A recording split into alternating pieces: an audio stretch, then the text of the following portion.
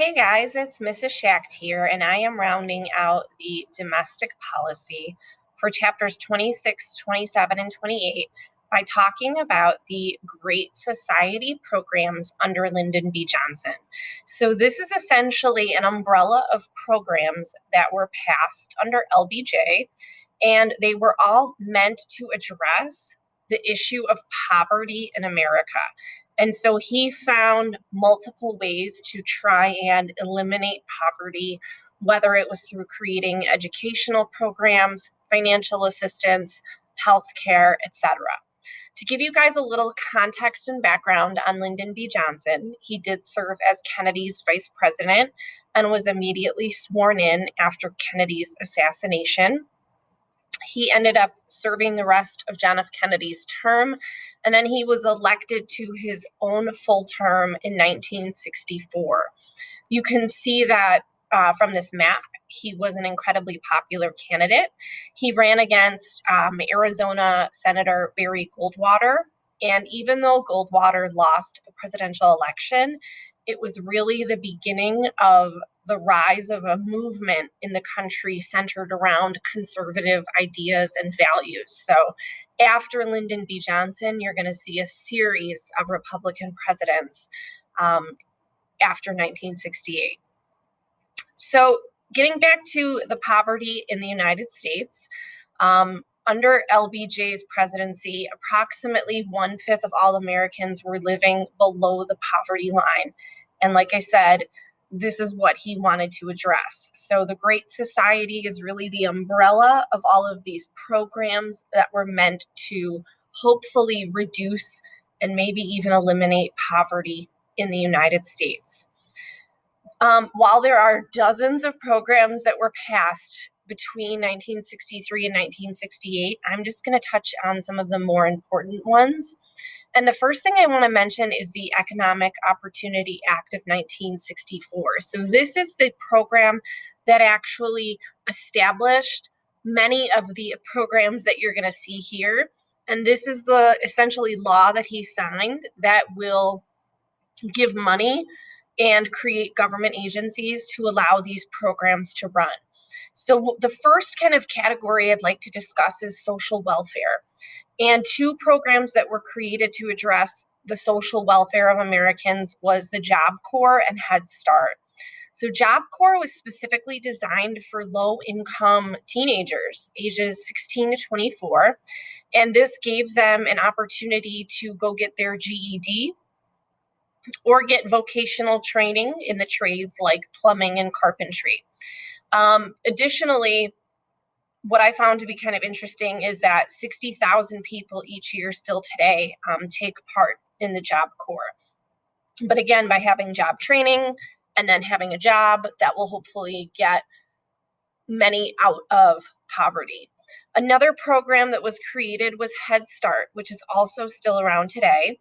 And this provides low-income children with not only a preschool education, but also dental and health screenings. So again, by getting young kids into a preschool program, most preschool programs actually cost money, so this subsidizes the cost.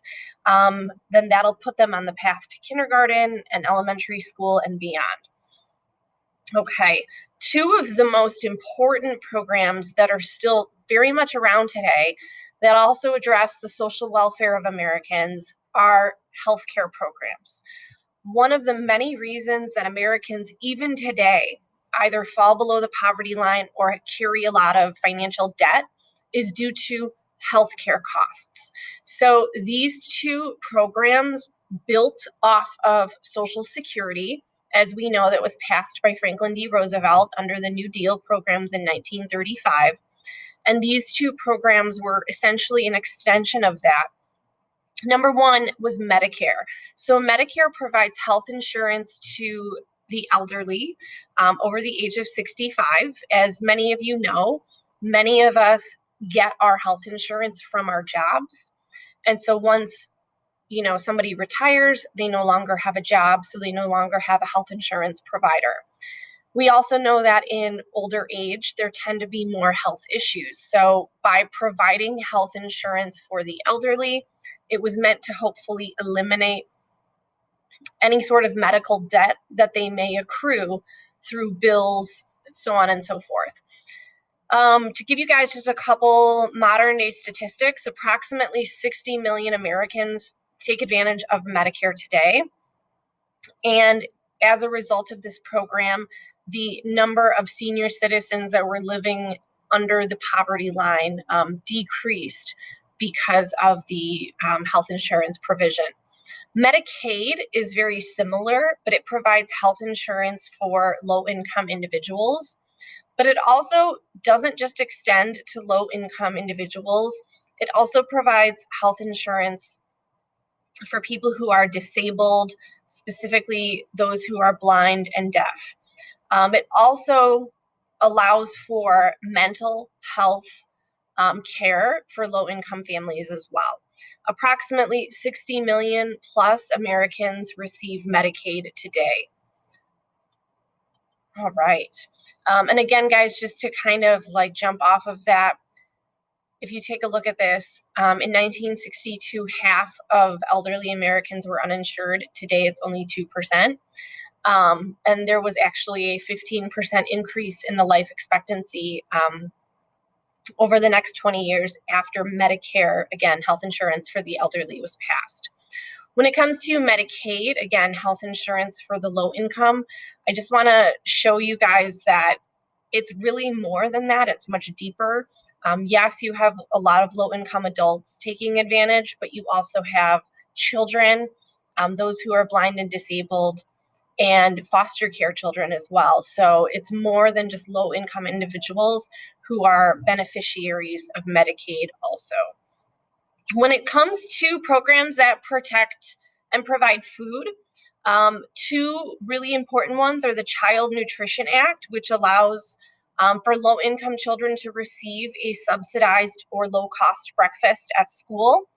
And this serves approximately 10 million children a day as of a few years ago.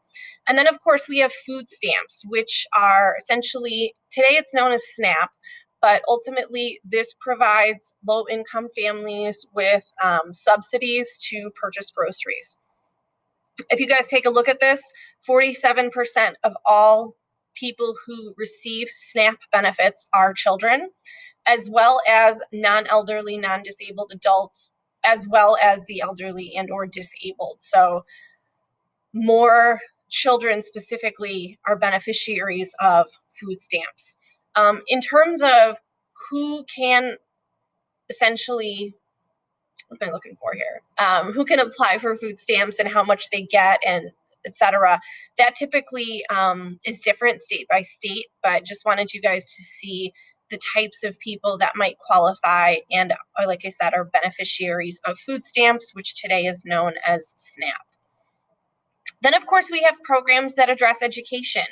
The mindset that if we receive an education, we'll go ahead and get a good job. And if we get a good job, then poverty may not be a challenge, right, in our lives. So the Elementary and Secondary Education Act essentially provides public schools with government funding. And while many low-income schools do receive federal funding through the Elementary and Secondary Education Act,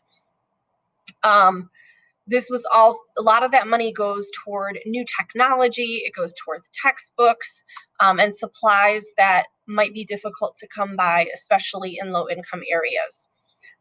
In addition to that, we have the Corporation of Public Broadcasting, which, as you guys know, provided educational programming such as Sesame Street and Mr. Rogers' Neighborhood for children. So again, creating PBS, creating NPR radio, and again, providing especially young kids with educational programming. And then we have the National Endowment for the Arts and the Humanities, which is an incredible program that provides Americans with the ability to hear orchestras play, to go see musicals and plays. And this provides federal funding for many theater programs across the United States. Housing and urban development is actually now today a government agency and a cabinet position. But what the Housing and Urban Development Act, or HUD as it's known, did was it created affordable apartments for low-income Americans. It also provided money for landlords to rent private apartments to low-income Americans as well. And it also provided money to low-income areas to create kind of community centers and improve either community centers and parks in low-income neighborhoods. And then, believe it or not, LBJ also tackled the environment. And these are just two of the laws that he passed. The Clean Air Act, which of course requires businesses to address the air pollution that they emit into the atmosphere. And many amendments have been added to the Clean Air Act since, but it does allow the government to set limits on how much pollution, cars can emit. And again, all in the name of protecting our environment. The National Wilderness Preservation System did just that. It set aside and preserved national wilderness land and parks. And when it was first created, it has since been expanded. 9 million acres of land was set aside as national forest land. As you guys can see, a lot of these programs are important to America today. And if you look at the amount of money that we spend federally on programs, you have mandatory programs, meaning the government has to allocate money to these programs by law. And you'll notice that Social Security, again from 1935, but now Medicare, Medicaid, and income security, which includes SNAP, food stamps, those are all programs that the government has to spend money on each year. So that has really been built in to our country's federal budget. One other thing I'd like to mention here, just because this is something that LBJ addresses, is the Immigration and Nationality Act of 1965. So we haven't spoken much about immigration since the 1920s, but what this law did is it abolished all of the quota laws of the 1920s that tried to limit Southern and Eastern Europeans. And it gave preference to those who had family here. And it also allowed for refugees, specifically from countries like Vietnam and Cuba, escaping communism. But you'll also notice that where immigrants are coming from are changing drastically. So we no longer see a majority coming from Europe, but now we're going to start to see more from Central and South America and Asia going forward. All right, folks, I hope that helps you guys understand the Great Society and all of the programs that Lyndon B. Johnson created.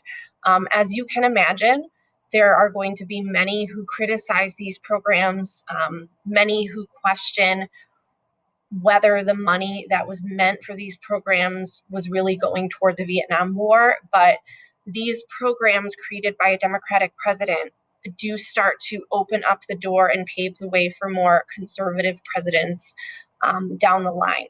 So hope you guys have a great day.